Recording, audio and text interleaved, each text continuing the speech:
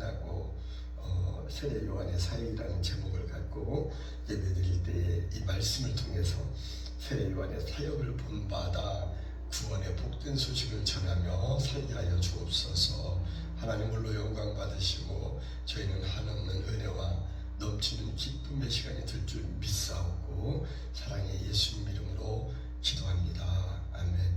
오늘은 우리가 누가복음 3장을 읽었어요. 근데 막 그거 보니까 낳고 하듯이 막 누구 위는 누구 하니까 좀 지루할 정도로 기네요. 그래서 아까 말씀드린 것처럼 어떤 사람은 성경을 전체를 다 외운다는 사람도 제가 들었거든요. 그런 사람 참 대단하다는 생각을 또 다시 해봤습니다. 오늘 본문 말씀은 우리가 누가복음 3장 1절에서 6절 가지고 세례 요한의 사역이라는 제목으로 말씀을 보려고 합니다.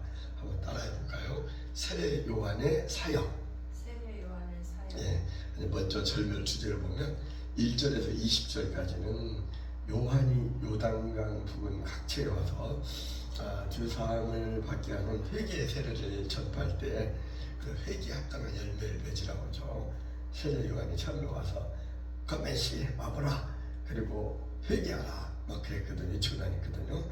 그렇게 세례받으러 나오는 그들에게 말하기를 난 물로 너에게 세례를 베풀거니와 나보다 능력 많으신 이가 오시나니 나는 그의 무엇을 풀기도 감당하지 못하겠다 했어요. 신발끈 옛날에 신들매라고 한 것 같은데, 옛날에 신들매. 그러니까 저도 그 기억이 나요. 그죠? 왜 성경책이 뭐 이렇게 좀 다르더라고요. 보면은 좀 달라. 여기 오늘 성경은 신발끈을 풀기도 감당하지 못하겠다라고 전파를 합니다.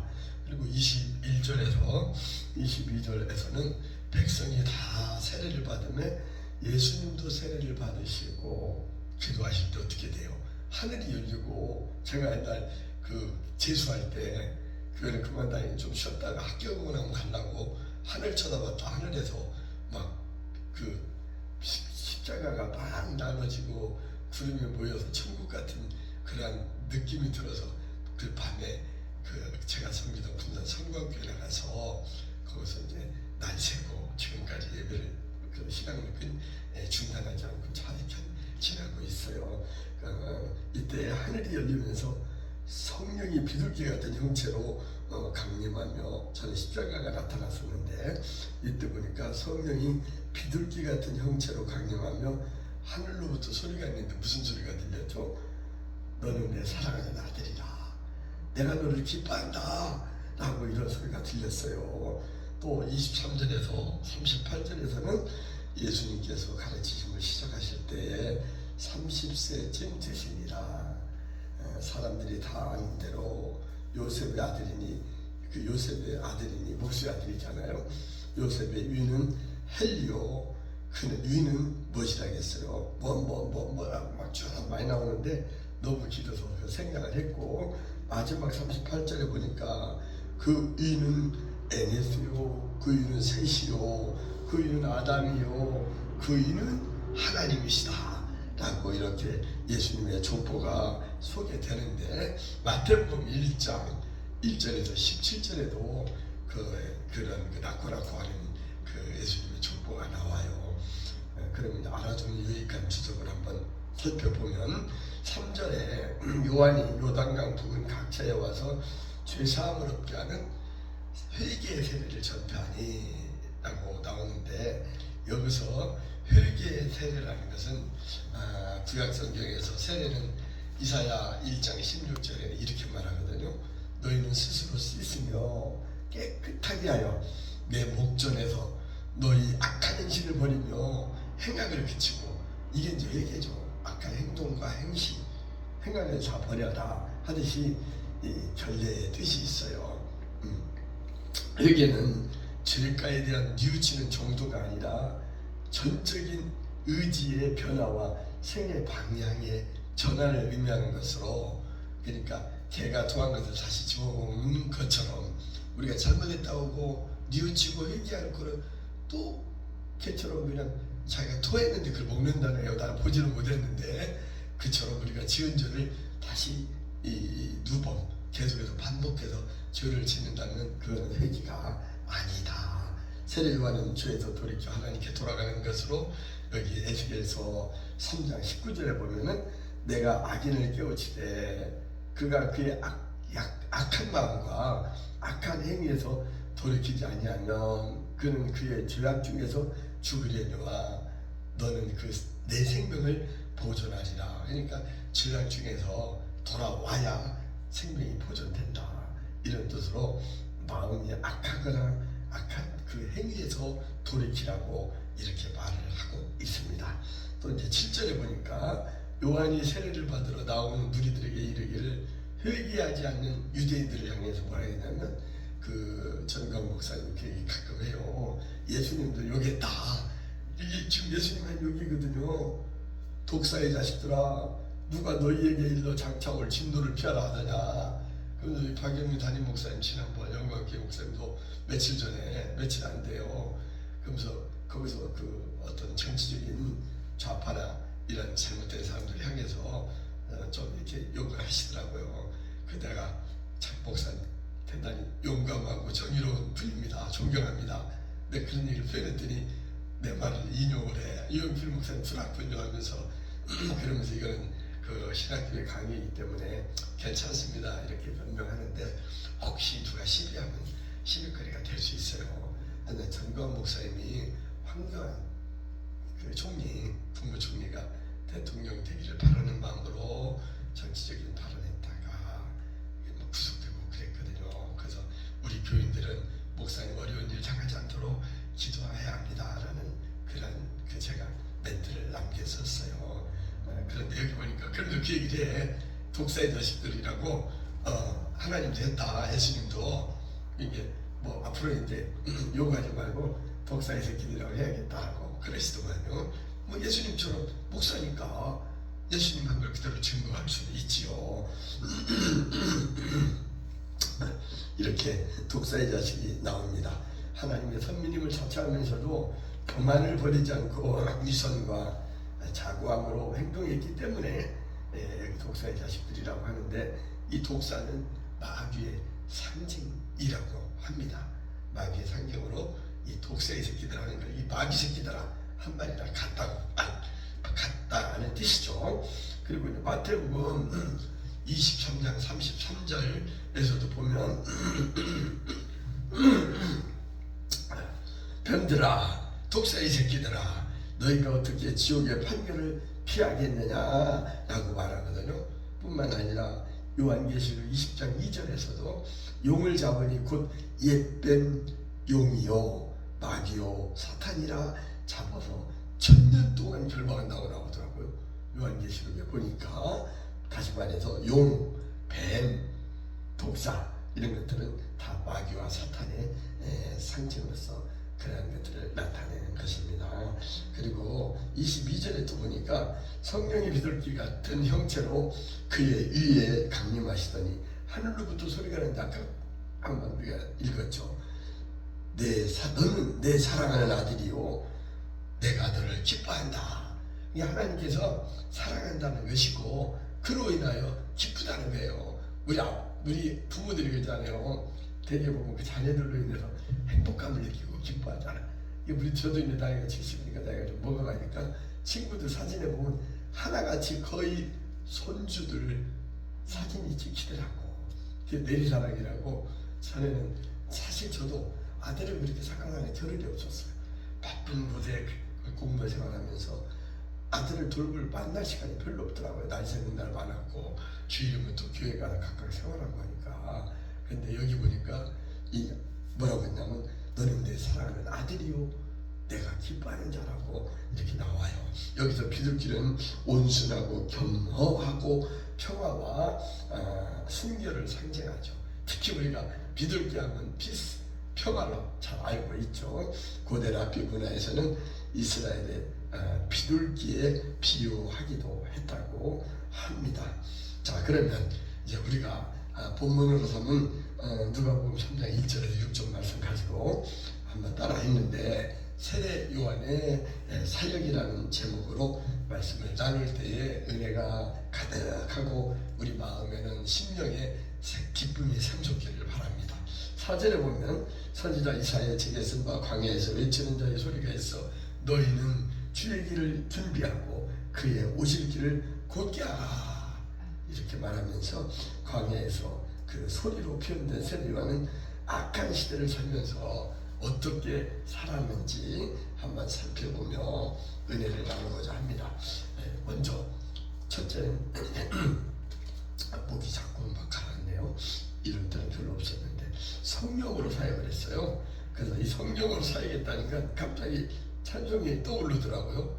185장 이 기쁜 소식을 한번 불러봅시다.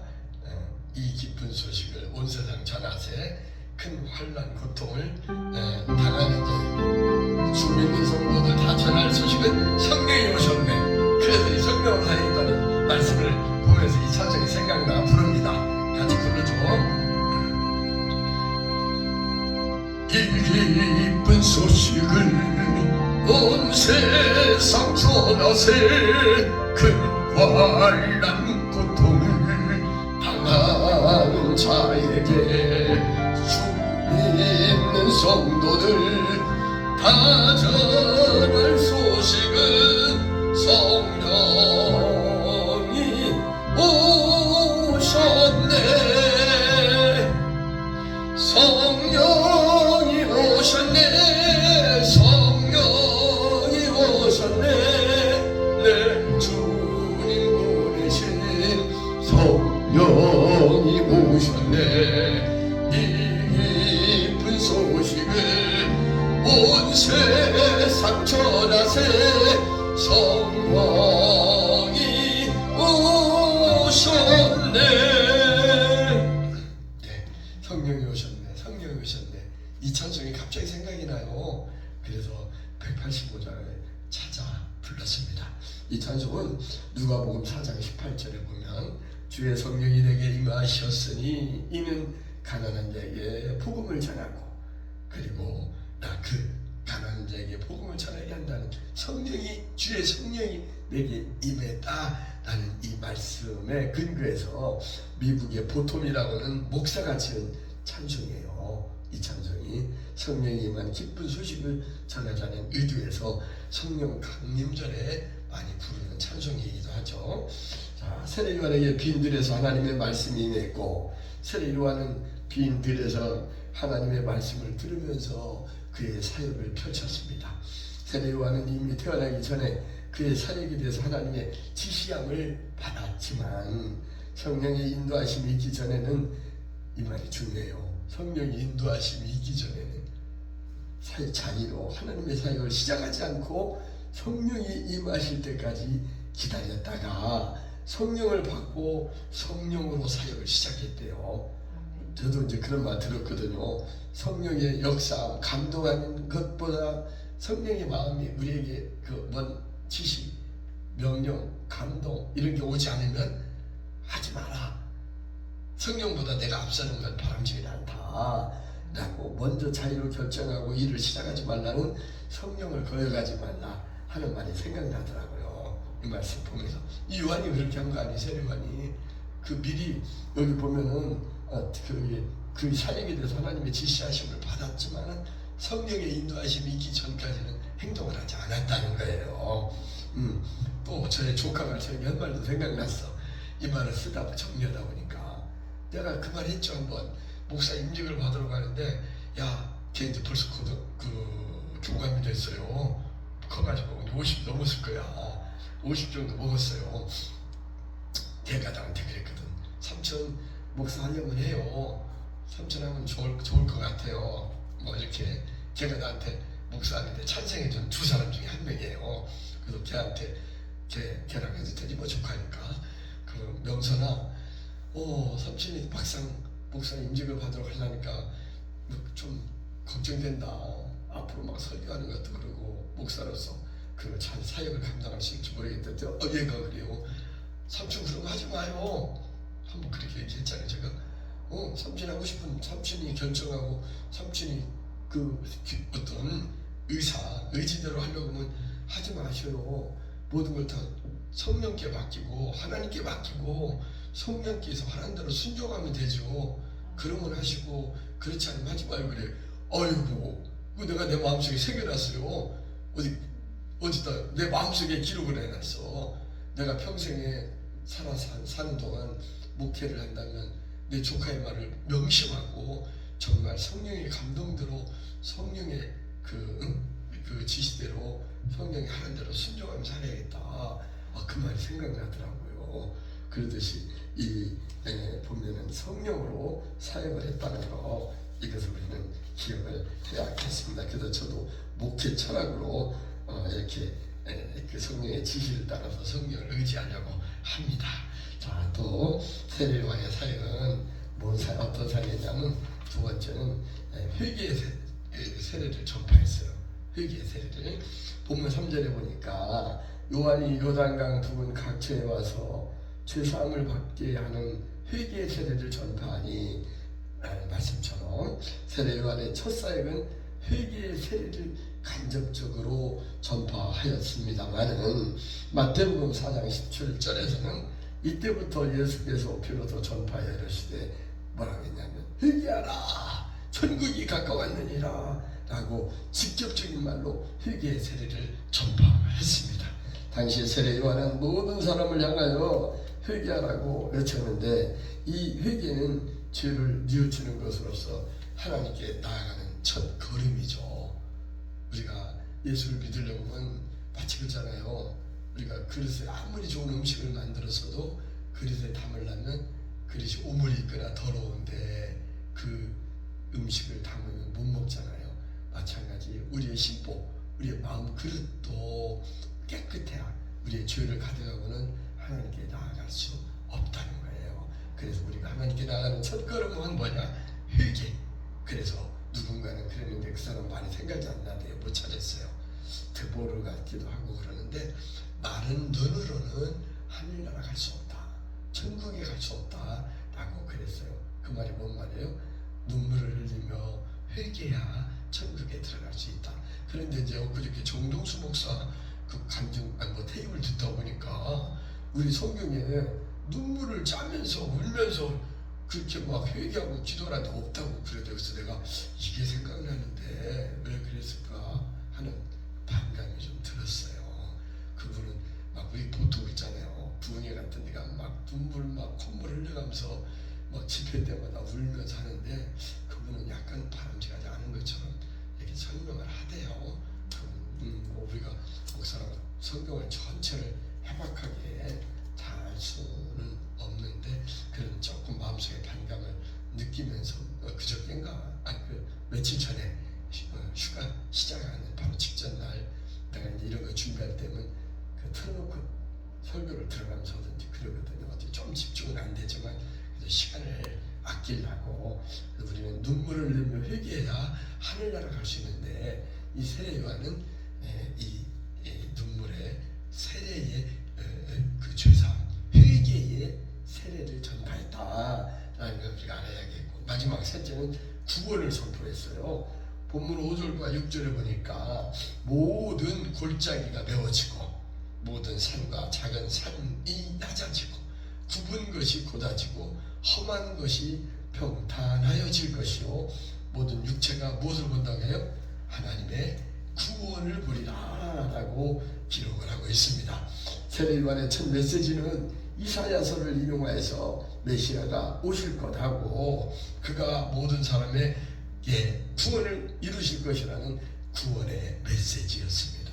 비록 과정에서는 우리가 메시지를 통해서 죄를 지적하고 이 독사의 새끼들이라고 하면서 독사의 자식들이라고 비난하며 회개를 촉구한다 해도 결국 모든 것의 종점은 뭐예요? 하늘 나가는 것으로서 구원을 위한 한 과정, 프로세스, 한 과정으로서 최종적인 결론은 우리가 그리스도를 통해서 구원받는 것, 바로 구원의 메시지가 핵심입니다.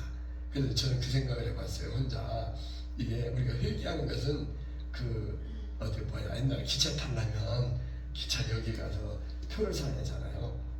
결국 지금 이제 막 그냥 타던데 그 표를 사갖고 하는데 때로는 안 타고 시간이 늦거나 안 탈 수도 있거든요. 그러니까 탈 수 있는 자격은 표를 사는 것은 죄를 회개하는 것이고, 그 다음 우리가 하늘나라 가는 것은 구원을 받아야 해요. 구원을 받아야 하늘나라 갈 수 있다. 구원에 확신이 있어야. 그래서 그 생각을 잠깐 뭐 어디에 없는 얘기인데 생각이 나서 잠깐 전해봅니다. 시편 3장 8절에서는 구원에 대해서 이렇게 말해요. 구원은 여호와께 있사오니 주의 복을 주의 백성에게 내리소서라고 말하거든요. 여호와여 복이 되는 구원을 베풀어 달라고 이렇게 시편 기자는 간구를 하고 있습니다. 맞아요. 여호와는 오직 여호와께만 있는 거예요. 구원은. 그런데 이단들은 마치 신천지나 뭐 여러 딴 이단들은 예수라고 말하는 사람 몇 명이라고 하는데 엄청 많더라고요. 내가 몇 명인가 정확한 숫자는 잊어버렸네요. 내가 예수라고 하는 사람이 많대. 그건 바로 이단이거든요. 그리고 교회에서도 그 어떤 교세가 커지고 막 성도들이 막 우리 목사님 따르면 간혹 잘못하면 교만해지고 자기가 하나님인 양 이렇게 어깨에다 힘주고 막 교회에서도 막 기도하는 사람들도 막 세계에서 가장 최고의 목사님, 우리 목사님이라든가 이런 표현은 조금 지양해야 하지 않나 그런 생각을 해봤어요. 저도 목사지만 아직 미천하고 부족하지만 혹이 성령이 더욱더 나에게 임하고 하나님께서 복을 줘서 말씀에 능력을 줘서 성령이 함께하고 해서 말씀에 막 힘이 있고 생명의 길과 진리되는 말씀을 전할 때 하늘 복음을 전할 때 감동 감화를 주면서 좋은 소문이 나서 이 좁지만 교회 사람이 막 구름대처럼 몰려들고 하면은 잘못하면은 그런 교만과 거만에 빠질 수 있거든요. 그래서 저는 늘 그럽니다. 겸손한 사람, 말씀의 사람, 사랑의 사람, 여러 가지 이렇게 그 예수님을 닮아가는 그런 사람이 되게 되려고 자꾸 저를 치워서 복종시키려고 그래요. 우리 권사님도 저를 위해서도 그런 겸손한 사람이 되게 되려고 기도하고 우리 같이 겸손한 사람이 되도록 합시다. 이제 말씀을 마칠까 합니다. 광야에서 세례 요한은 악한 시대를 향해서 외쳤습니다. 그때 사역을 할 때 첫 번째 사역은 성령으로 사역을 했습니다. 자기의 경험이나 학식이나 어떠한 자기의 어떤 이런 자기의 지식 실력으로 하지 아니하고 성령으로 사역을 했고 그래서 아까 찬송가 성령이 오셨네 185장도 찬송으로 우리가 먼저 불렀죠. 그 다음에 회개의 세례를 전파했어요. 회개하지 않으면 하늘나라 갈 수 없어요. 그래서 우리가 마른 눈으로 하늘나라 갈 수 없다고 하듯이 우리는 날마다 잘못한 것을 회개하는데 반복해서 지은 죄를 또 짓고 회개하면 안 돼. 거기서 완전히 돌아서 버려요. 마치 어리석은 개가 토한 걸 다시 집어 먹는 것처럼 반복적인 죄를 범하면 안 되고 뜨거라 하고 뜨거운 불 속에 손을 대면 손을 바짝 띄어버리듯이 그 죄에서는 우리가 멀지 띄어버린다. 멀리 한다는 거예요. 그리고 마지막 구원의 선포를 했어요. 구원은 여호와께 있사오니 주의 복을 주의 백성에게 내리소서 한 시편 3편 8절의 말씀과 같이 구원을 선포했다는 것입니다. 그리스도의 증인된 성도들은 회개와 구원의 복된 소식을 소리 높여 선포하며 하나님을 기쁘게 하는 자녀로서 우리 모두 다 우리의 최종 목적지인 천국 거룩한 성 새 예루살렘 하늘나라에 입성하는 저와 여러분 되시기를 간절히 축원합니다. 이제 축도로 마칠게요. 이제는 교회 머리 되시는 우리 구주 예수님의 은혜와 아버지 하나님의 사랑하심과 성령님의 역사하심이 성령의 사랑으로 복음을 전하며 살기 원하는 저희들의 신령과 가정과 일터와 이 꿈의 교회와 섬기는 교회 그리고 이 나라 이 민족 위에 영원토록 함께할지어다. 아멘.